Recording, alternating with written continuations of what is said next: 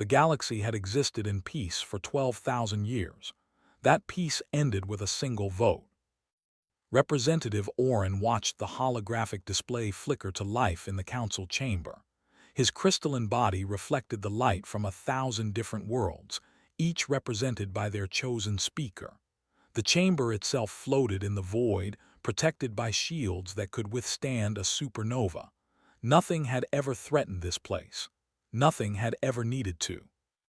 "We gather to address the human question," announced High Mediator Rel, her tentacles coiling with practiced grace. She had overseen the council for 3 centuries. She had never seen a vote like this one. Ambassador Ruth Hayes stood in the human delegation area, her hands clasped behind her back. She had spent 20 years building relationships with these aliens, 20 years of trade agreements, cultural exchanges, and mutual respect. Now she watched those years burn. "The evidence is clear," hissed Confederation leader Melvac, his insected mandibles clicking between words. The Volish had arrived with data files, biological scans, and testimony from their scientists. Humans carry contamination. Their very presence threatens the biological stability of our civilizations. Ruth had seen the so-called evidence. It was garbage. Twisted facts and manipulated data designed to scare species who had never known real hardship. But fear worked better than truth in politics. "This is insanity," Oren said, his voice resonating like struck crystal. "Humans have been peaceful partners for 2 decades. They have honored every agreement. They have shared their art, their music, their knowledge. You cannot simply erase them because of fabricated concerns." Dresch rose from his platform, water dripping from his amphibious skin. He represented 47 aquatic worlds, and his vote carried weight. Peace means nothing if we are all infected. Humans are unpredictable. Their history shows constant warfare, genocide, destruction of their own environment. They survived because they killed everything that threatened them. Now we are threatened. "That's not who we are anymore," Ruth said, her voice steady despite the rage building in her chest. "We evolved. We grew. We learned from our mistakes. Isn't that what civilization means?" "Your mistakes nearly destroyed your planet," Melvac replied. "We will not risk our worlds for your promises." The vote began. Ruth watched the numbers climb on the display. Green for acceptance, red for extinction. The reds outnumbered the greens within seconds. Species she had dined with, laughed with, traded with, all voted to kill her world. Final count: 847 votes for immediate sanitization, 312 against. Humanity was condemned. "The purification fleet will deploy immediately," Rel announced. "Earth will be sterilized within 72 hours. The human species will be remembered in our archives. This council recognizes the difficulty of this decision, but the safety of the galaxy must come first." Ruth felt her knees go weak. 72 hours, 3 days to save 8 billion people. She thought of her daughter in New York, her brother in Lagos, friends, strangers, children who would never know why they died. "You're making a mistake," she said quietly. "The vote is final," Rel replied. "You have our sympathies, Ambassador Hayes. We take no pleasure in this necessity." Ruth looked at Oren. The crystalline being seemed dimmer somehow, his light fading with shame. He had fought for humanity. He had lost. "I need to make a call," Ruth said. She walked toward the exit, her steps echoing in the sudden silence. She reached her ship and opened a secure channel to Earth. Secretary General Park's face appeared on the screen, lined with exhaustion. He already knew. Earth's deep space scanners had picked up the fleet mobilizing. "How long?" he asked. 72 hours. "Can we negotiate?" "The vote already happened. We're done, David." She watched his face change. He was a diplomat trained to find peaceful solutions.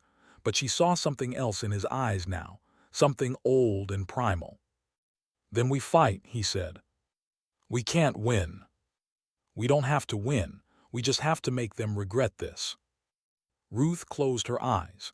Humanity had spent centuries trying to become civilized, trying to leave behind the violence and bloodshed of their history. Now that history was all they had left. "I'll stay here," she said. "Document everything. Make sure they can't hide what they've done." "Ruth, you should come home." "No, someone needs to survive to tell the story, if there is a story." She disconnected and looked out the viewport. Somewhere beyond the stars, 300 alien warships were preparing to end her species. They thought it would be easy. They thought humans were just another weak civilization that would beg for mercy. They had no idea what they had done. Aboard the flagship Eternal Judgment, Fleet Commander Sulith preened his feathers with satisfaction. The avian officer had led 17 successful peacekeeping missions. This would be his easiest. Humans had no real military fleet, no defensive networks that could stop Council technology, no weapons that posed any threat. "Sir, Earth has gone silent," his tactical officer Bren reported. "No transmissions, no communications, no response to our approach vector." "Fear response," Sulith said. "Many species freeze when they know death is coming. It's natural." "Should we offer terms?" "Terms were decided by the Council. We are simply the instrument of their will." Bren hesitated. "The humans have been quiet for 48 hours now, not even local communications. It's strange." "They're preparing to die with dignity. I respect that." Sulith checked the navigation display. 2 more days until we reach Earth. Then this unfortunate business will be finished." On Earth, dignity was the furthest thing from anyone's mind. They were preparing something else entirely. Something the galaxy had never seen and would never forget. They were preparing to show the universe why humanity had survived ice ages, plagues, asteroid impacts, and countless near extinctions. They were preparing to survive this too, no matter what it cost. Deep beneath the Rocky Mountains, Colonel David Park stared at screens showing every military installation on Earth. 48 hours had passed since the vote. 24 remained before the alien fleet arrived. The command center hummed with activity as officers coordinated between nations that had been enemies just days ago. Russia, China, America, Europe, Africa, Asia, all working together for the first time in human history. It had taken the threat of total extinction to unite them. "Status report," David said. Lieutenant Commander Sarah Williams pulled up the tactical display. "All civilian populations have been evacuated to underground facilities. The old Cold War bunkers are at capacity, but we've repurposed subway systems, mines, and natural cave networks. We've got roughly 70% of the population secured. And the other 30%. Volunteers. They're staying topside to operate the defense systems." David closed his eyes. 3 billion people had chosen to stay on the surface, knowing they would likely die. They stayed because someone had to fire the weapons, maintain the systems, and keep fighting until the end. "What about Dr. Okonkwo's project?" "Ready for deployment. She's waiting for your authorization." David opened a channel to the science facility in Geneva. Dr. Amara Okonkwo appeared on screen, her eyes bloodshot from lack of sleep. Behind her, teams of scientists worked frantically on arrays of equipment. "Tell me you have good news," David said. "I have insane news," Amara replied. "Whether it's good depends on how desperate we are." "We're facing extinction. That's pretty desperate." Amara nodded. "The aliens have been in space for thousands of years. They have rules for warfare, protocols. They fight like civilized beings." She smiled grimly. "We're going to fight like humans." "Explain." "Every piece of space junk orbiting Earth, dead satellites, rocket stages, paint chips, debris, we've mapped it all. 70 years of launching things into orbit created a minefield. The aliens will try to avoid it. And we're not going to let them avoid it. We're going to turn orbit into a blender." David felt a cold smile cross his face. "How?" kinetic explosives positioned throughout the debris field. We detonate them in sequence, creating cascade collisions. Everything in low Earth orbit becomes a weapon moving at 28,000 kilometers per hour. The aliens will have to choose between entering the kill zone or standing off at range. If they stand off, they can bombard us from a distance. That's where Phase 2 comes in. Amara pulled up another display. Nuclear-pumped electromagnetic pulse weapons. We detonate them in specific patterns in the upper atmosphere. The imps won't hurt our hardened military systems, but alien technology is designed for deep space. They're not shielded against atmospheric electromagnetic bursts. David processed the information. You want to blind them. Blind them, disable their precision targeting, and force them into close range where our kinetic weapons have a chance. What are our odds? Amara's expression darkened. Of winning, 0. Of making this cost them so much they regret attacking us, maybe 20%.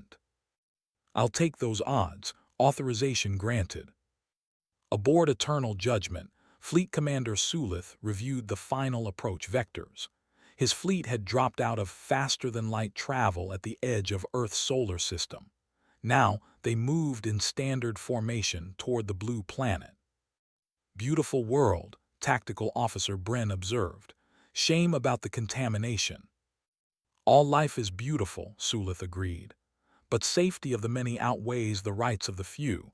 This is mercy in its own way, quick and painless.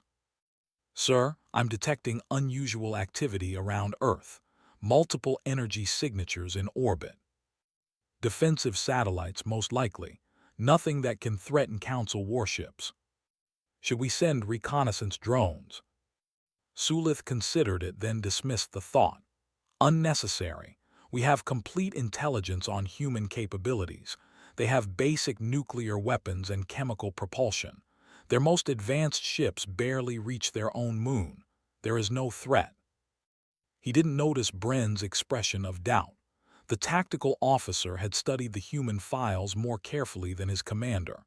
He had read about their history, not the sanitized version in the Council reports, but the actual historical records.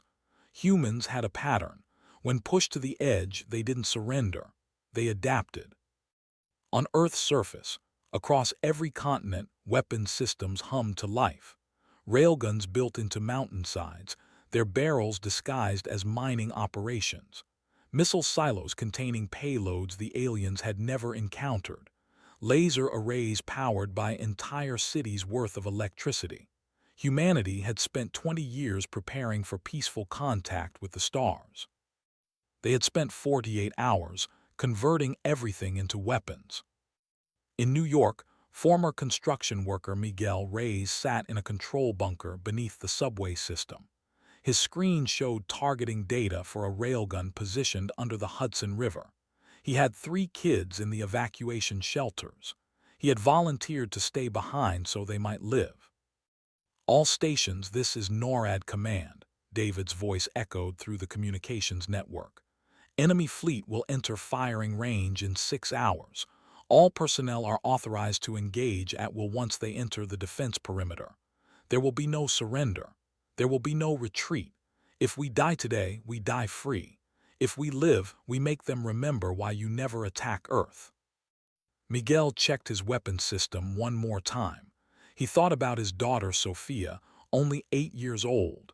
He thought about the aliens who voted to kill her without ever meeting her. He thought about the years of peace that had been a lie. Come on then, he whispered to the stars. Let's see how tough you really are. The countdown began. Earth waited in silence, its cities dark, its people hidden, its weapons ready. The aliens expected victims. They were about to meet survivors. And survivors, humanity had learned over millions of years, were far more dangerous than conquerors. The alien fleet emerged from the darkness like a swarm of metallic insects. 300 warships, each one larger than anything humanity had ever built, arranged themselves in perfect formation around Earth. Their weapons could crack continents. Their shields could withstand nuclear fire. They represented 12,000 years of advanced civilization. They had no idea what they were about to face.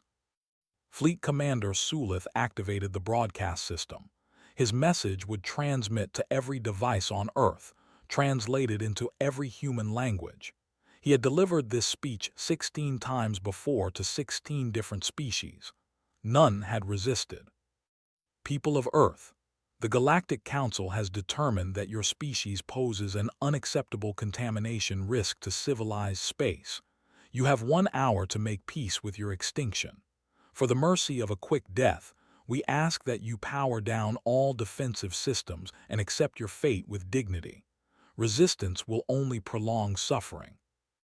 Silence answered him. Earth's surface remained dark, no lights from cities, no transmissions, nothing but the quiet spin of a planet holding its breath. Then Ruth Hayes' voice cut through the void from the council station, her transmission piggybacking on Sulith's own broadcast frequency. "Come take it." 2 words, that was all humanity offered in response. Sulith felt his feathers ruffle with irritation. Tactical, begin bombardment of major population centers. Target their capitals first. Make it quick. Yes, sir, firing solutions locked. Engaging weapons. The space around Earth exploded.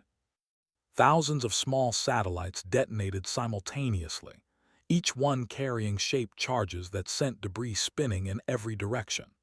The carefully maintained orbital lanes humanity had used for decades transformed into a chaotic storm of metal fragments moving at incomprehensible speeds. Evasive maneuvers, Sulith screamed as his flagship's shields flared. Impacts rippled across the fleet. Ships designed to survive energy weapons had never been built to withstand physical debris traveling at orbital velocities. "Shields holding, but we're taking damage," Bren reported, his voice tight with stress. "Multiple ships reporting hull breaches. The debris field is expanding. It's like they turned their own orbit into a minefield." "Move the fleet to higher orbit, above the debris." "Sir, if we move higher, we lose targeting precision for ground strikes." "Then we'll bombard from range. Just get us out of this storm." The fleet began climbing to a safer altitude. That's when Phase 2 began. High in Earth's atmosphere, nuclear weapons detonated in precise sequence.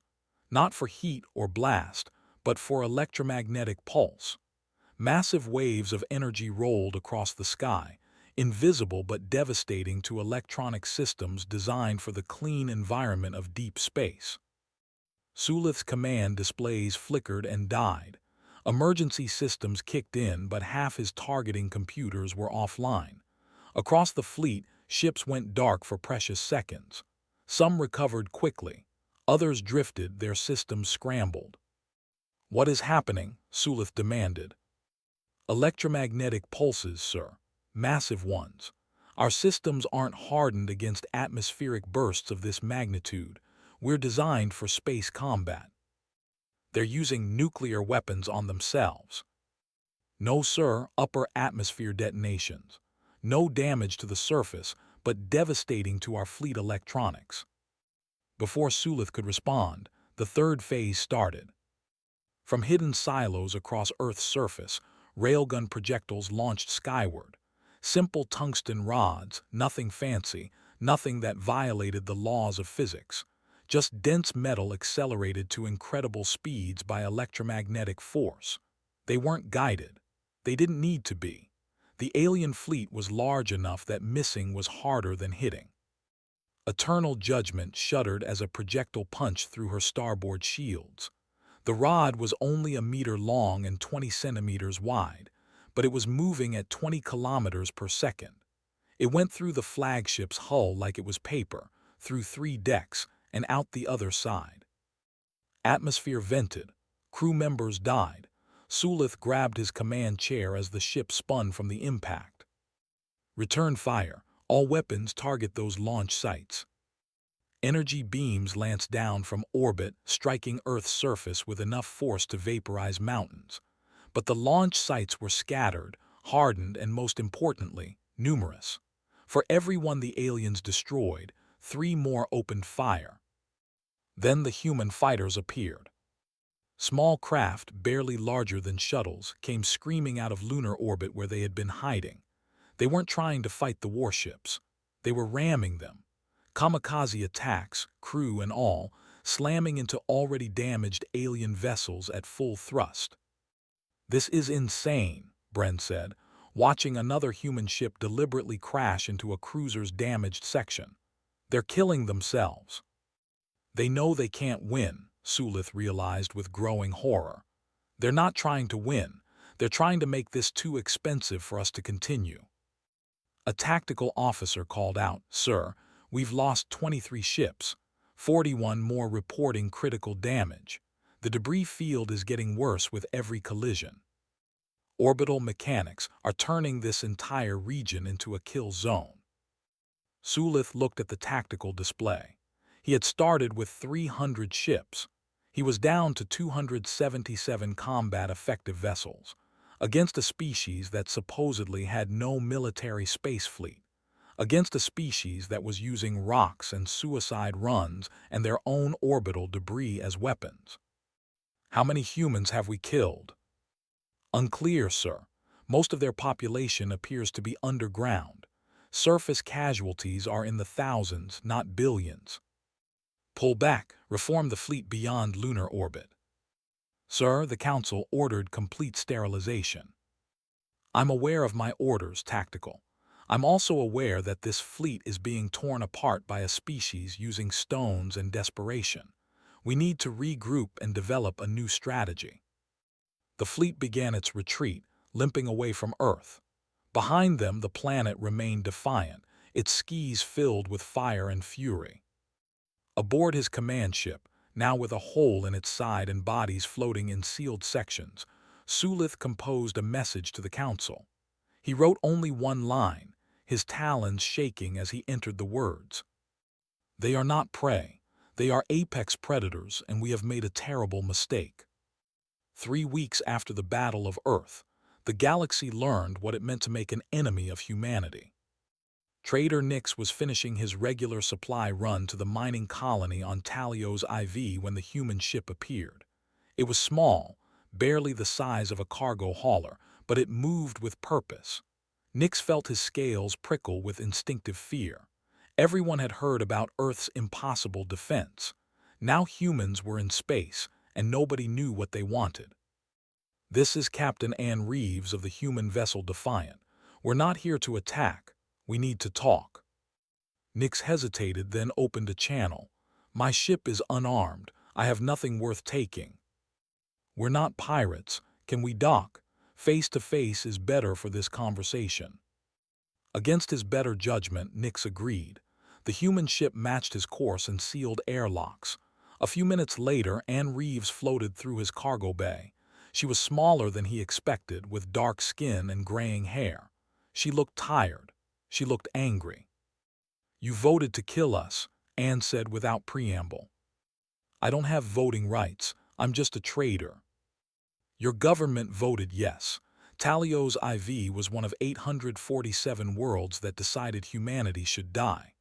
Ann pulled a data chip from her pocket. "I'm here to warn you. The Council declared war. Now everyone pays the price." "I didn't want this. Most of us didn't." "Doesn't matter. You're in the Council. That makes you complicit." Ann handed him the chip.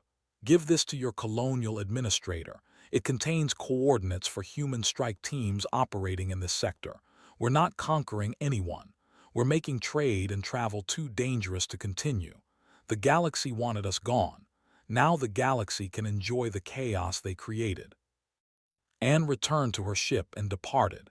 Nick stared at the data chip, his hands shaking.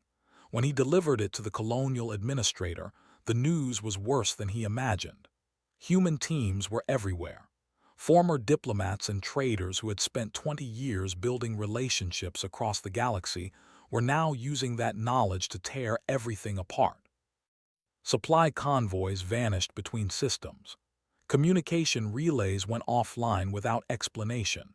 Trade routes that had been stable for centuries became death traps. The humans weren't using massive fleets or superweapons.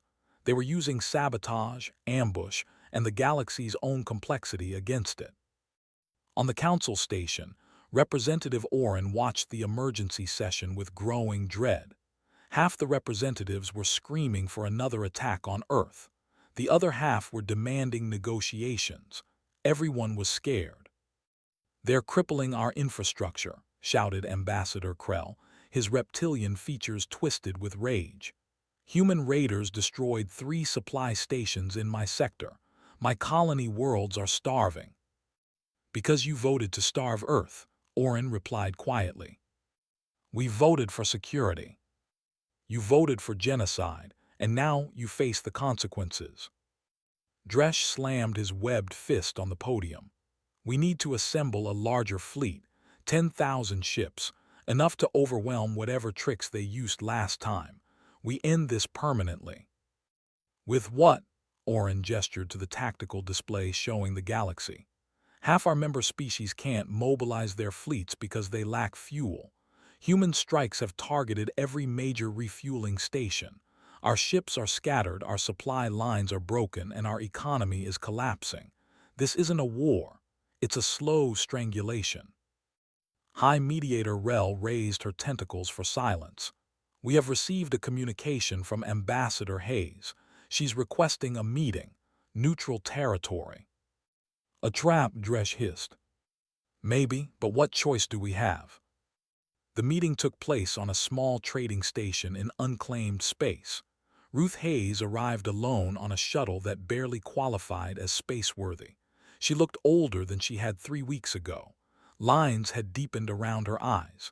Her hair had gone almost completely gray. Oren met her in the docking bay. "You've changed." "War does that." Ruth looked past him to where Dresh and several other council members waited. "I suppose they want surrender. They want an end to the attacks." "So do we. That was always what we wanted." Ruth walked toward the meeting chamber, Oren following. "You know the truth, don't you, about the Volish and their false evidence?" "I suspected. I've seen the real data. There was never any contamination risk. The Volish were afraid we'd compete with them economically, so they manufactured a crisis." Ruth stopped and turned to face him. "They killed 40,000 of my people. They tried to kill all of us. And you want me to negotiate peace?" "I want to stop more death." "Good. Then listen carefully to what I'm about to tell your council." The meeting chamber was tense. Ruth stood alone on one side of the table. 30 council representatives faced her from the other. Dresh spoke first. "Your attacks must stop. Immediately. Or we will have no choice but to mobilize everything we have against Earth." Ruth smiled. It wasn't a pleasant expression. "Do it, please. Give me an excuse to show you what we've really been working on these past 3 weeks." "You're bluffing." "Am I?" Ruth pulled out a data pad. "Dr. Amara Okonkwo sends her regards. While your fleets were licking their wounds, she's been perfecting a distributed AI virus. It's already in your computer networks. Every single council system, every ship, every station. It's dormant, waiting for activation." The room went silent. Rel's tentacles went rigid. "You couldn't possibly." "We've had access to your networks for 20 years. You welcomed us, trusted us, gave us full integration into your systems for trade and communication. Did you really think we weren't smart enough to leave ourselves a back door?" Ruth set the data pad on the table. "One signal from me and every computer system in Council space crashes. Permanently. No shields, no weapons, no navigation, no life support. You'll go from an interstellar civilization to isolated planets in about 30 seconds." "That's genocide," Dresh whispered. "You'd kill billions." "No different than what you tried to do to us." Ruth let the words hang in the air. "But here's the thing. We don't want that. We never wanted any of this. We wanted to be your friends, your partners, your allies. You chose to make us your enemy." "What do you want?" Oren asked. Ruth met his crystalline eyes. 48 hours. The Council has 48 hours to vote on a new proposal, peace treaty, full reparations. Humanity gets council membership with veto power, and the Volish stand trial for their lies. And if we refuse?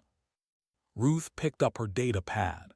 Then you can spend the rest of your very short civilization wondering if today is the day the virus activates. Your choice. She walked out without waiting for an answer.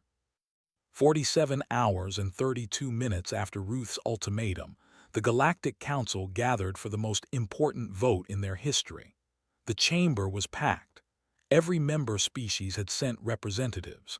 Some attended by hologram from their homeworlds, afraid to travel through space that humans now patrolled.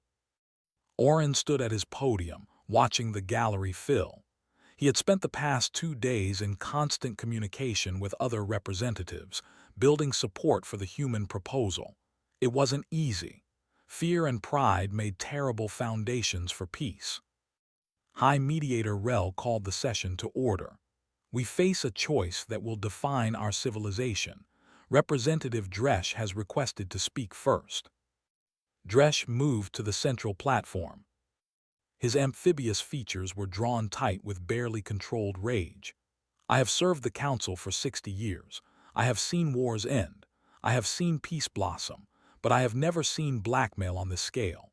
He looked around the chamber.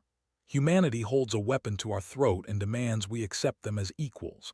They attack our ships, destroy our infrastructure, and threaten to annihilate our entire civilization if we don't surrender to their terms.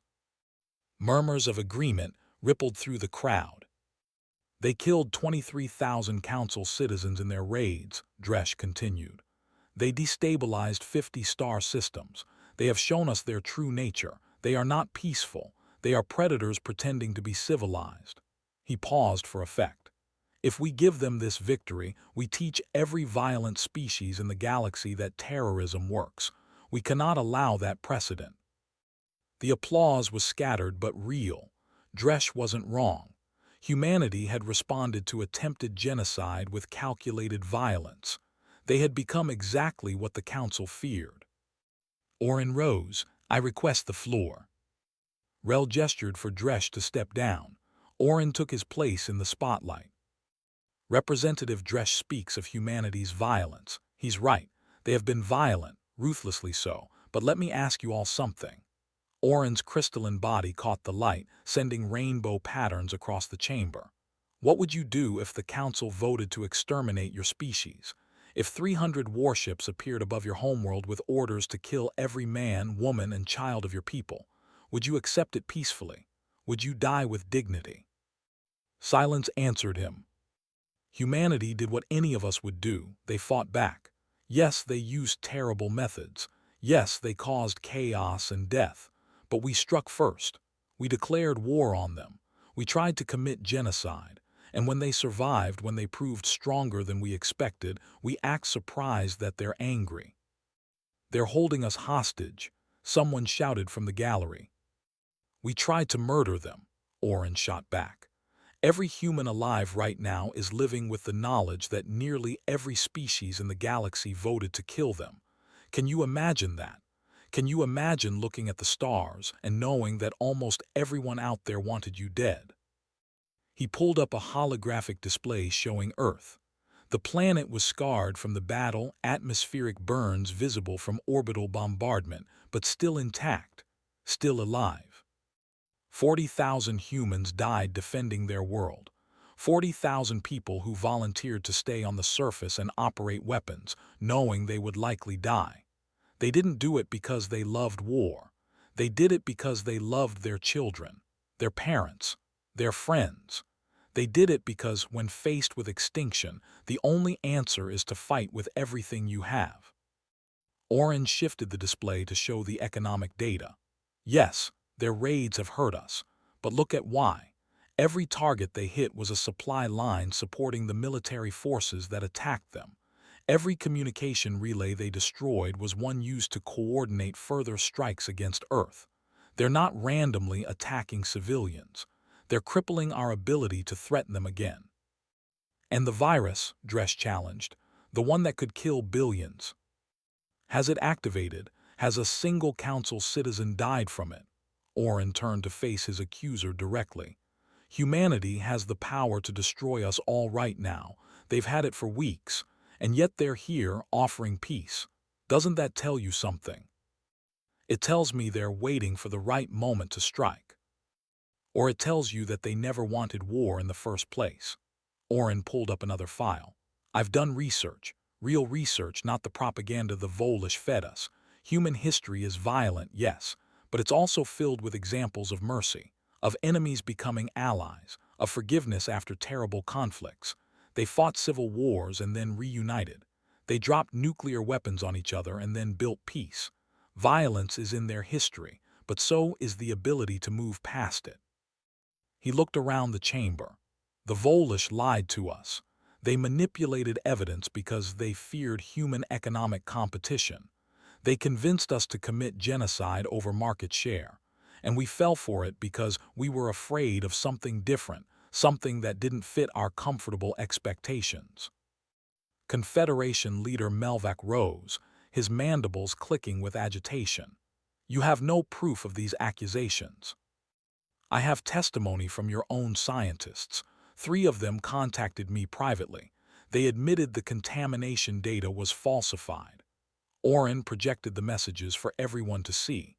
They came forward because they couldn't live with the lie anymore, because they realized what their government had done. The chamber erupted. Delegates shouted questions. Melvac tried to deny everything, but the evidence was damning. His own people had confessed. Rel raised her tentacles for silence. It took several minutes to restore order. When she finally spoke, her voice was heavy with exhaustion. The Volish Confederation will face investigation for fraud and manipulation of council proceedings. But first, we vote on the human proposal. Peace treaty with full reparations. Council membership with veto power for humanity. The voting began. Oren watched the count climb, green for yes, red for no. It was closer than he hoped, closer than it should be.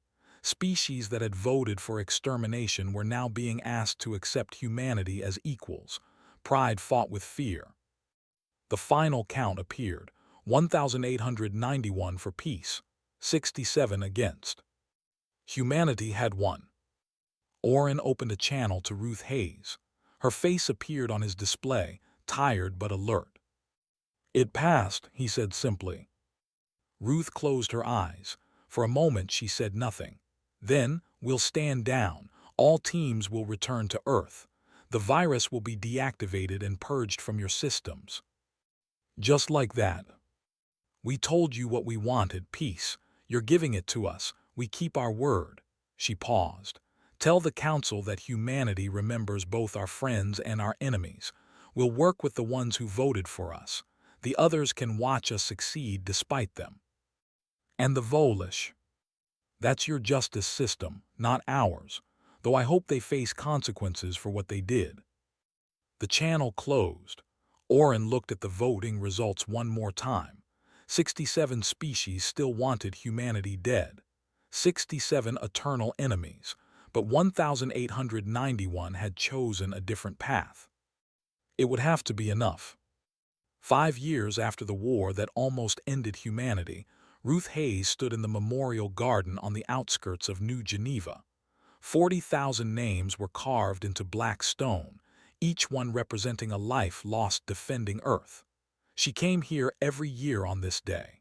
She owed them that much. The garden was quiet. Most people were watching the ceremony in the city center where politicians gave speeches about courage and sacrifice. Ruth preferred the silence. The dead didn't need speeches. They needed to be remembered. I thought I might find you here. Ruth turned to see Oren approaching, his crystalline form catching the afternoon sunlight. He had become Earth's closest ally in the Council over the past 5 years. Some days, Ruth thought he might be humanity's only real friend among the stars. You're missing the ceremony, Ruth said. So are you. Oren stopped beside her, reading the names on the wall. I've been to enough ceremonies. Sometimes quiet remembrance is more honest. They stood in silence for a moment. A breeze stirred the leaves of the memorial trees, each one planted for a fallen defender. The Council wants humanity to take a more active role in peacekeeping, Oren said finally. I know, I've seen the proposals. Will you accept? Ruth smiled sadly. We don't have much choice. The galaxy is terrified of us. They saw what we did during the war. Now they want to point us at their problems instead of having us as their problem. It's more than that. Your methods work. When human peacekeepers arrive at a conflict zone, fighting stops. Nobody wants to test whether you'll use the same tactics you used on us. Fear isn't respect. No, but it's a start. The younger generation sees humans differently. They weren't part of the war. They see human art, human music, human stories. They're curious instead of scared. Ruth thought about that. She had seen it herself during diplomatic missions. Children of species that voted for Earth's extermination now wanted to visit human cities, learn human languages, understand human culture. Time was slowly healing the wound. What about the Volish? Ruth asked. Their government collapsed. The tribunal found Confederation leader Melvek guilty of fraud and warmongering. He's in prison. The new Volish government is much more cooperative. They've been petitioning for forgiveness. Do they deserve it? Oren's light flickered, his version of a shrug.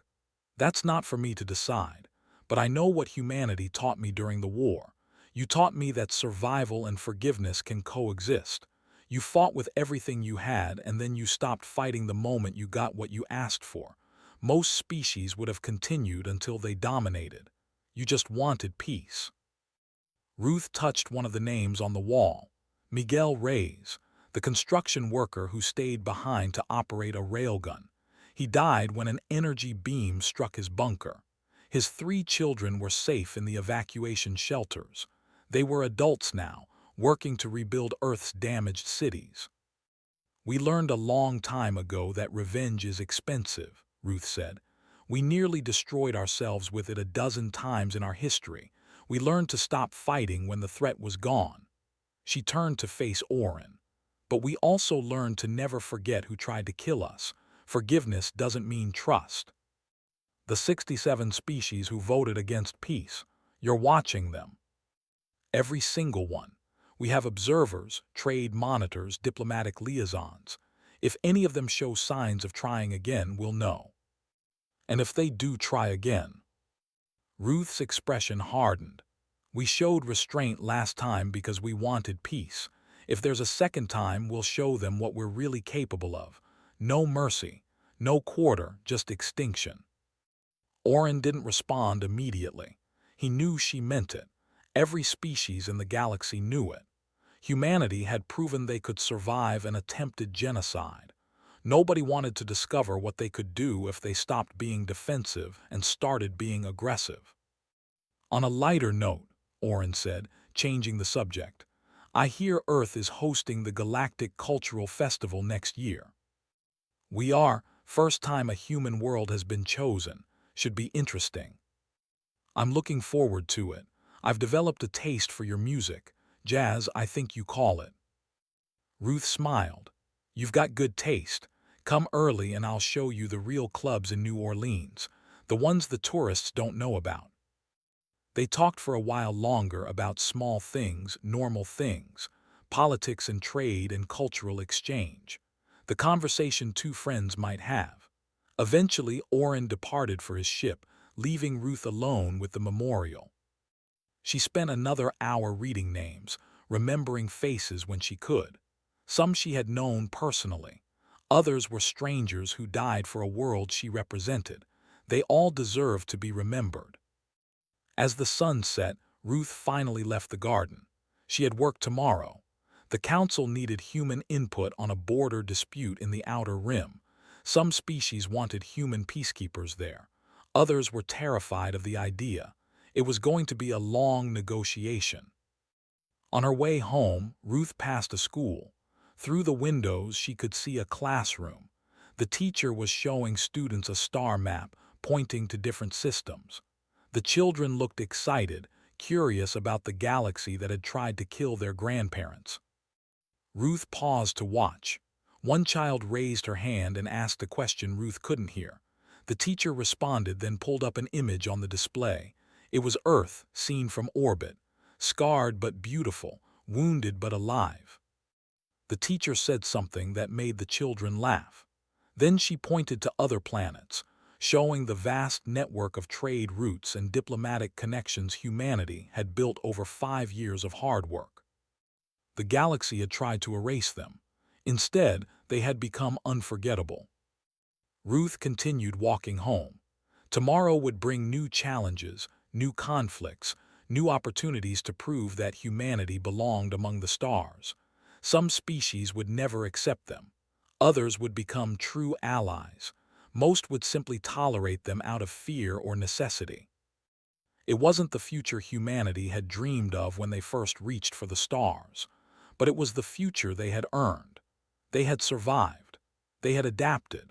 They had proven that the most dangerous species in the galaxy wasn't the one with the biggest weapons or the most advanced technology. It was the one that refused to die. And Earth, for all its scars and all its losses, was still very much alive.